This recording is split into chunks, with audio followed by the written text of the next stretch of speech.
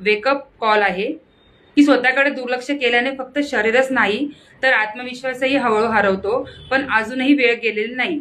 तर त्यासाठी त्या महिलांसाठी मी एक छोटीशी कविता सादर करीत आहे.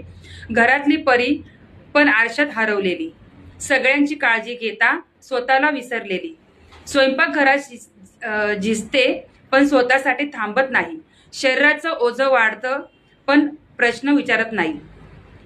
थोडं थांब आई, जरा स्वतःकडे पहा, आरोग्याचं सोनं आहे त्याची किंमत ओळखा, बाळासाठी सर्व करतेस पण बाळाचं विश्व तूच, म्हणून तर तू फिट राहिलीस तर बाळही सुखी होईल न चूक.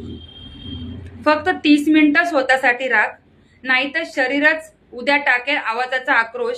फिटनेस म्हणजे 6 पॅक नव्हे तर रोजची ऊर्जा, हसणं आणि हलकं चालणं असं ठेवा. तू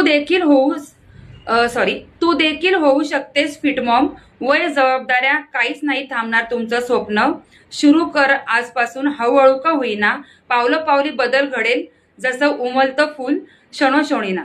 तर ही कविता तुम्हाला कशी वाटते? ऍक्च्युली फर्स्ट टाइम मी व्हिडिओ बनवत आहे आणि आजपासून म्हणा किंवा 1-2 दिवसा आधीपासूनच मी व्हिडिओ चालू करून दिलेली बनवायला. तर क्षमा मागते काही चुकलं असेल तर.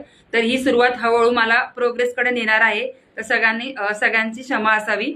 So thank you so much.